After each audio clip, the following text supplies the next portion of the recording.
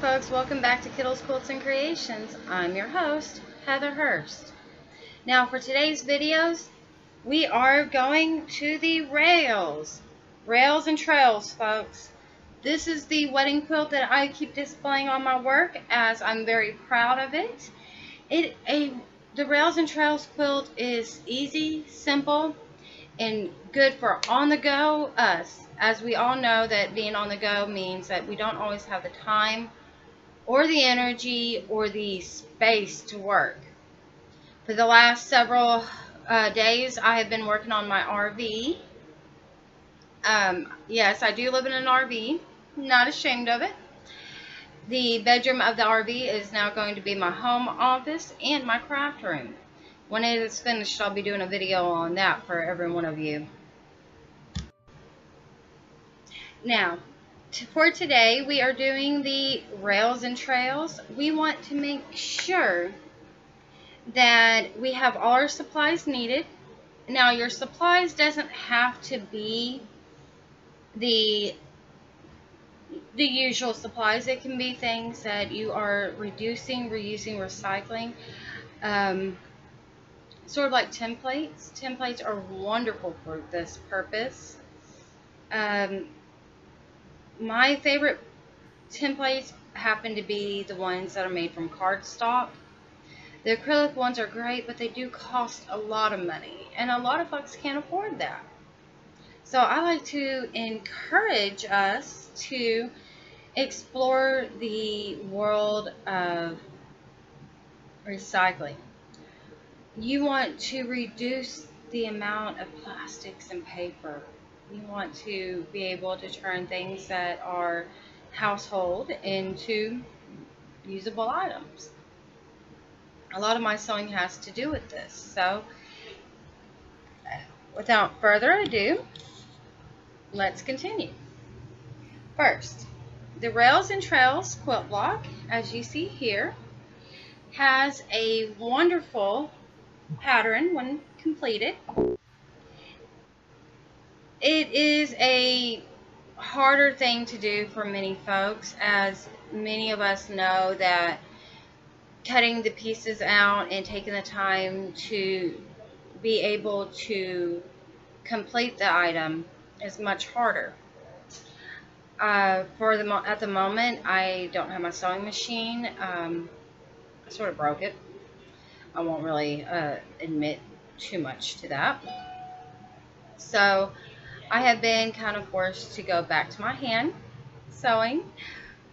And I love hand sewing, as anyone who is a type of person like me that likes to do things the old-fashioned way. Old-fashioned way doesn't have to be the traditional way. So, after this few seconds, I'll be right back.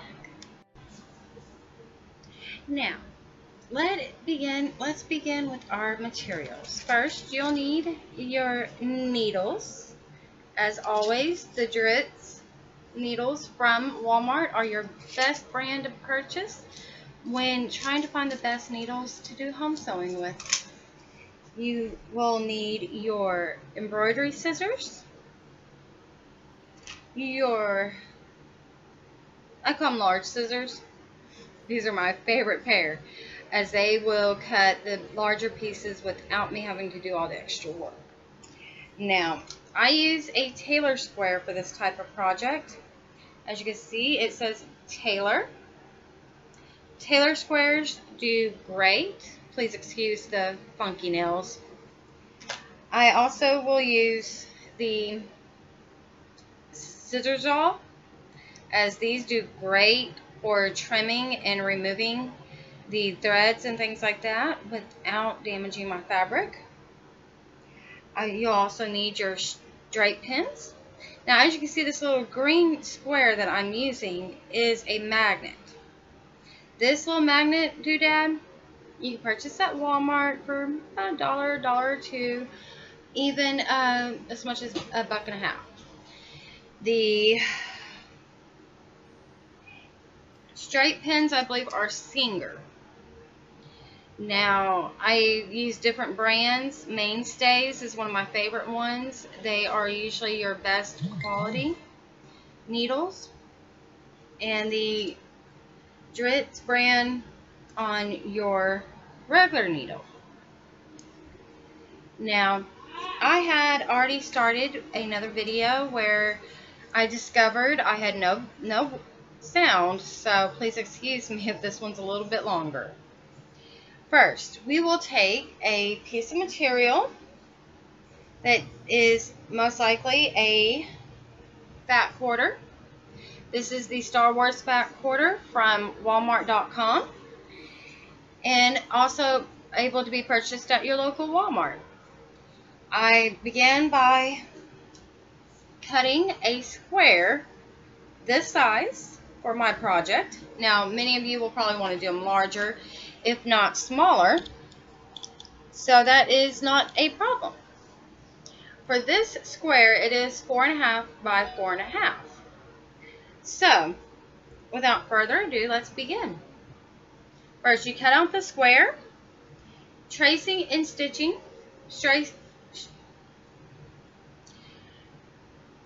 tracing and cutting it out to be the form of a square. And then you will take the old school ruler. Now, I love these old school rulers.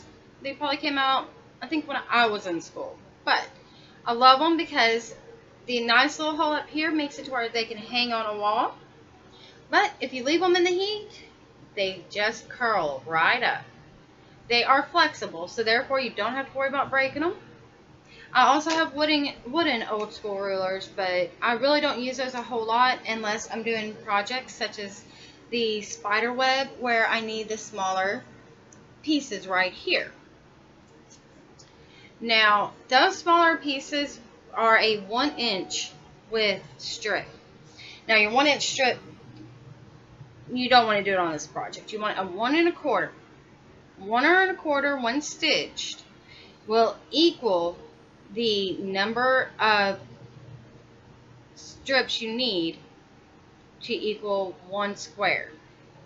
For a 4.5 inch square, such as this, you will cut out only 3 1 1/4 inch strips, leaving a little bit of toss away edge.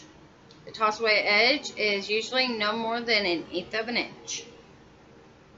Once you complete this, you will then cut it out. I have here a piece that I have already cut into these strips. Now, you don't exactly want to keep the stitching, the cutting, to that small. You can also have it at 2.5 inch, 2 inch, but no more than 3 inches. For every inch that your product, your square will be, is how big you want your square to be, is basically how wide your strip will be. Now, I have taken the liberty of showing how to thread the needle. Now we are going to explore how to stitch them together. Now, as you can see on this wonderful strip here, I have done a regular stitch going across with a couple of back stitches. I will back stitch probably 2 or 3 times, depending on how long I am having to stitch. These stitches do not need to be these great big huge 1 inch or more stitches, because those are a basting stitch. These are small, insignificant, small sizes that are not going to be noticeable. Don't worry about your color of thread, because of the fact that it's not that thread you'll be seeing. You'll only see the thread on the back side of your project. Now, once these 2 strips are face to face, you will stitch it. Once you have finished stitching, make sure to tie it on with at least a knot to a double knot would be great, because if you do it any bigger than that or any thicker than that, then your knot is too big and you cannot bury it. Next, you want to open it up, making sure that you have 2 distinctive pieces, and then you want to make sure you press down the seam. Next, after you do that first 2 steps, you will repeat it a second time, going face to face, pointer to pointer. And that is pinning, like so. You will pin it. And I usually like to take my thumb and measure the width in between my needles to ensure that I'm not going too large or too big. And you want to do it at the very tip of your needle, of your thumb. Do not do it at the nail, because some of us have longer nails, some of us have shorter nails, and you don't want to make those pins too far apart or too close together. You will then want to hold this with these 2 fingers and pin your opposite end. Pinning the opposite end in progress, you will want to make sure to measure another thumb and pin once again. Once completed, you will discover that sometimes you have to maybe move it around a little. Don't worry about how well it is stitched or pinned, because this is not the concern. The main concern is making sure that when you do this, you have it completed completely and not separately. Next, you want to begin stitching it. Now, stitching it seems to be a little more difficult in some cases, but for me, I am able to talk and stitch all at the same time. So this project is wonderful for sitting in front of that TV, sitting in a doctor's office, or even traveling. Traveling is so much fun, folks. I love to travel. Sometimes I just dream about going places and seeing new things. Now that is the exciting part about sewing, stitching, quilting. There are quilting shops all over the place. Recently, I talked to the Missouri Star Quilt Company, and I just love watching their videos here on YouTube. It is amazing how well they talk and the way they are. They are wonderful, nice people. The Missouri Star Quilt Company has lots of videos, and I mean lots of videos. During Hurricane Harvey, that was my go-to thing to do. And during that time when we had the storm of brewing, I heard all that wind and all that rain, and oh, I tell you, it sounded like cats and dogs coming down hard out there half the time. But I just focused, and I focused on my sewing, watched my videos. I had the little headset in my ears so that I wouldn't get too nerve-wracked by what I was hearing outside. Now, as you can see, as I've talked, I have made a pretty good headway on this little piece of ours here. And I will continue going until I finish it completely. You can continue with your stitching until you get to the very end. Now, getting to the very end means you want to tie it off. And tying it off is the point where you know that if you did it right, you'll have a completed strip of 2 pieces together, which is the second half of 1 square. Now, after I complete this one, I will show how to join the 2 sections together. Combining the 2 sections together is very important. Very, very, very important. And you don't want to mess up or forget what you are doing. Now, I have completed many quilts over the time, but this one is extra special because it is going out to a good friend of mine that I've known since I was in 4th grade. Yes, folks, we were knee-high. And here in Texas, it is important to have friends because you're so far apart that the more friends you have, the more exciting the world is to you. Now, right now, I am making my final knot and tying it off, and it will be completed and ready to be paired up with our other half. All right. And then she's getting that little piece coming down.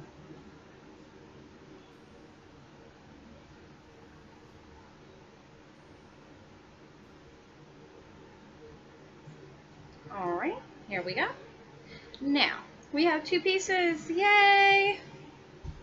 Next, you will take and pin it such like this, and then you will want to make sure that your piece is not too far apart and not too close together. Once we have completed this square, I want you to pause the video and make sure to press and iron, well, simply press it lightly would be more correct, with your fingers, or if you're at home, you can press it with an iron. And that will help to keep it there and keep it stiff so that you don't have to worry about any rippling. Rippling is rather frustrating whenever you have to go back and figure out what you did wrong. Now, we just completed it right there, and this little video is to encourage everyone. Make sure to be creative with this. Now, if you're doing it like I am, where it is actually going to someone, I wanted to make sure that it is the theme, the prints, and the fabrics that she chose to be her quilt. Some will tell me, oh, just put whatever in there. That is a scrappy quilt. My bigger quilt that I've been working on since about 3 years ago is definitely a scrappy quilt. It is all the 4.5-inch squares, stitched at 11 by 12. It comes out to fit a queen size bed, a little extra hangover, so therefore it could possibly even fit a little bit on top, not on the sides, but on top of a king size bed. So I guess you would call it a king queen. I am currently still hand quilting it as well. Hand quilting is frustrating whenever you are wanting to get onto another project, but remember, patience. Patience, patience, patience when doing this. Patience has a lot to do with what we are doing and creating. Here we go. I'm almost completed with our square. This is how quick and how fast this can go. I can probably make up to, in a 8-hour day, I can maybe make up about maybe 12 to 14 squares. Sometimes I can get up to 3 blocks done in one night. And that's just working at night. This is a wonderful project for those times when we just need to sit back, relax, unwind. And it is a finished square. See, folks, if you can talk and sew at the same time, you're a multitasker. I take, and after I do this, I like to press it, making sure that all my seams have been completely and completely smoothed out. Here we go. There is our finished rail. Next, you will want to make sure, oh, it looks like I need to cut a little extra red out. This is the box I use. Now, this isn't your traditional box by any means of a traditional box, but this was used for tie-dye. Now, tie-dye is a fun project we'll probably touch base on at a later time. But this box was from a kit that I bought that I used up all my materials, and then I basically had completed it, and I was like, what can I do with this box? I want to reduce, reuse, recycle.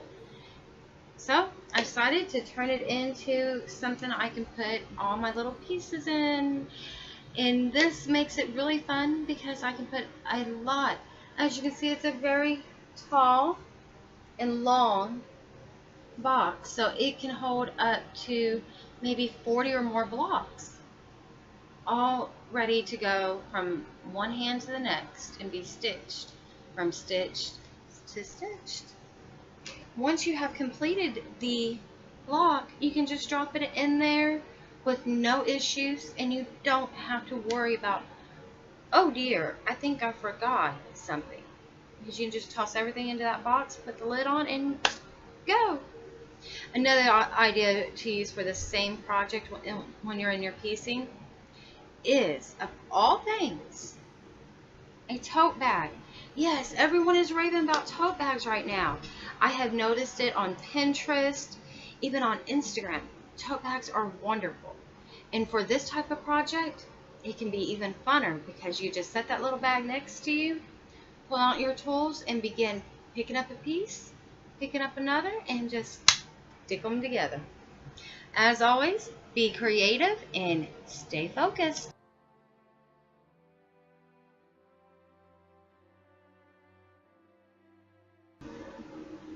Hi folks, welcome back. I have now finished stitching our wonderful quilt blocks with the blues and the pinks and the polka dotted dots. Now, as it may seem easier for some, not all, to match colors with colors, I for one prefer the scrappy quilts for that reason. I'm not all that great at it. I prefer to be a little creative with my blocks. So the way I do it is, if I am matching a quilt that is got repeating colors or patterns or themes, such as the Star Wars, I try to keep all the colors and strips together in similarity to each other.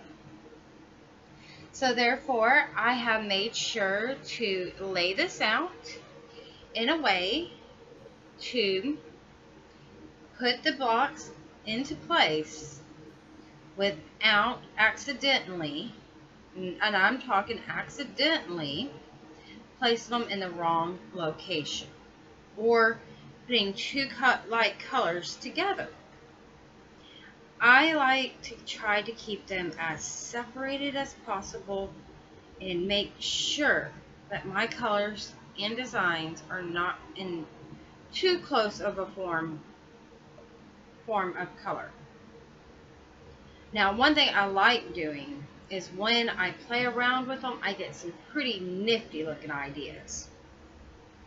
Always play around with the colors. Don't just accept that the fact that there's so many light colors that they'll all look the same.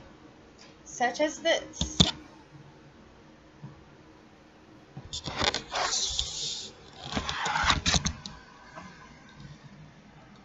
Now, as you can see, the colors have definitely come to match, and the book under it is simply just a quilt book that I have used to create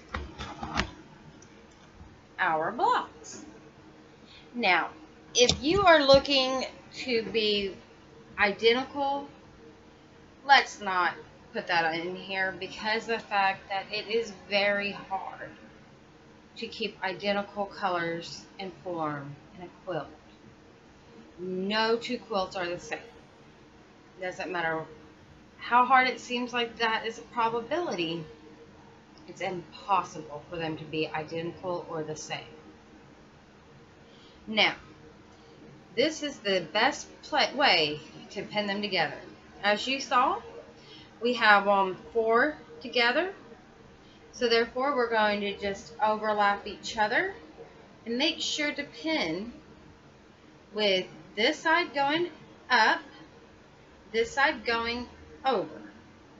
That is to make sure that when you complete the center, your center will not be too gathered in the center or too far stretched out. Now, I have in some ways, accidentally done it a few times, forgot how to pin my pieces, or I pinned them the wrong way. So always pay attention to what you're doing. Don't forget to pin in the right direction both times. All right, so we have our block pinned as so. I just pinned based on corner to corner and then pinning at each of the 3 seams. And then I just lay it down and I pick up the next stack, doing the same direction, except the straight up will go on one side and that will be your bottom. So you have the right hand side, and the horizontal stitches are going to be on your left side. Now if you're working the opposite direction of a left-handed person, it will be the opposite way around. But make sure that they do not go the same direction. 2 up, 2 down. Do not keep them identical to each other. That is the idea of this quilt, is that they don't go together when stitched. 2 up, 2 down. The 2 on the bottom will have a vertical row on one side. The opposite side will be your horizontal rows. Horizontal must be laying horizontal, and horizontal means laying sideways, laying down. Vertical means standing up. So therefore you are looking at 2 different directions, but almost identical when piecing together. So once these are stitched, the next step will be joining the 4.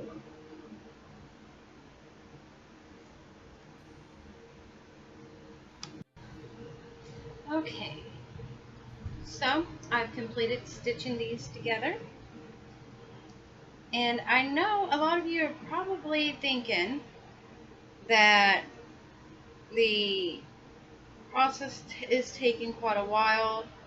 You're probably thinking, okay, I'm ready to throw in the towel here. But don't throw in your towel. Look, it is just about complete, as this will be your finishing square. Now, once you have this done, I have found that if you take the pieces and just snip it where you put a seam at, going across, the seam that goes right here, you have the seam that goes here and here. So where you put the seam right going down this direction right here,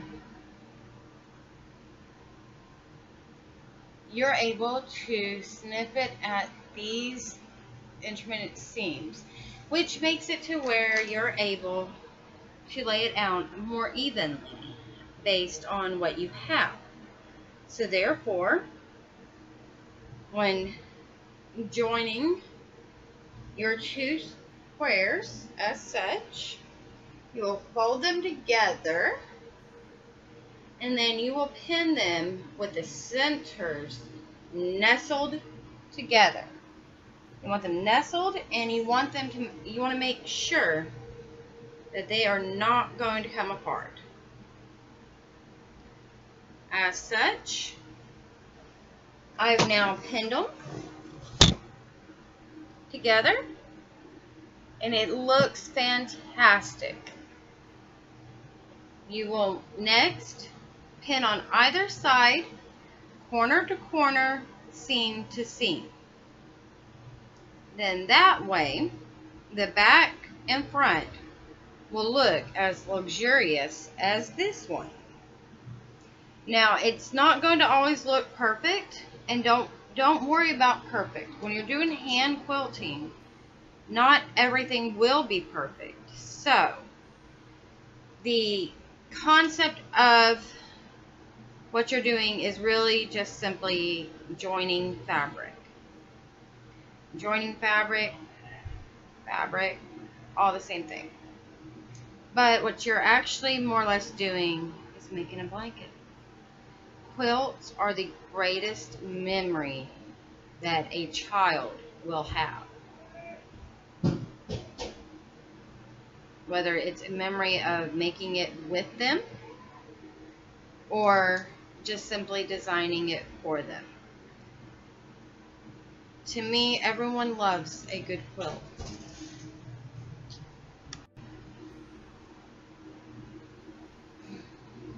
Now, I know many of us are probably experienced, but for those of you who are at the beginning stages and are probably thinking, okay, I don't know about this, this is what you would get out of pinning the going across line. Now, I don't always pin it and flip it, as many will tell you. If you are going down a sewing machine, the easiest way is to stitch it as such.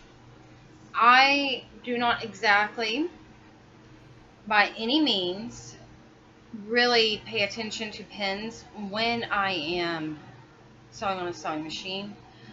I will honestly just eye it, make sure I've got it close to right, and stitch through. When I'm doing my hand sewing, now that's the area that I see the most important area of the quilt. The seams are most important. As you can see, once this is pinned, this is how it should look prior to being stitched. This will be the reflection of each other, and it should look as a reflection from top to bottom. So as you see, two up, these two are up, these two are down. This is how you want it to look.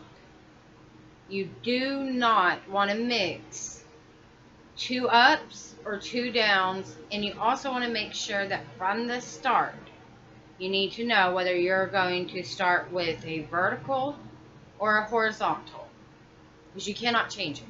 If you start with a horizontal and then a vertical, then you'll have to try to decide which way to go, because if you all of a sudden decide, hey, I want to do a vertical instead first and then a horizontal, it will not match, nor will it look right. I'm holding it upside down.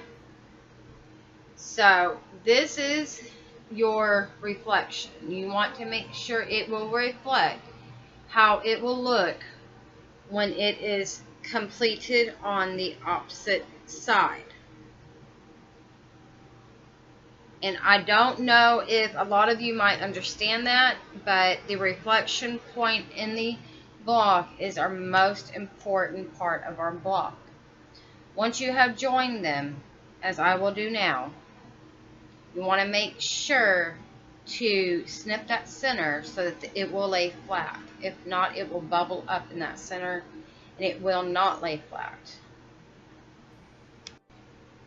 Okay, now I have come to a point where I'm in the center of our 8.5 inch block.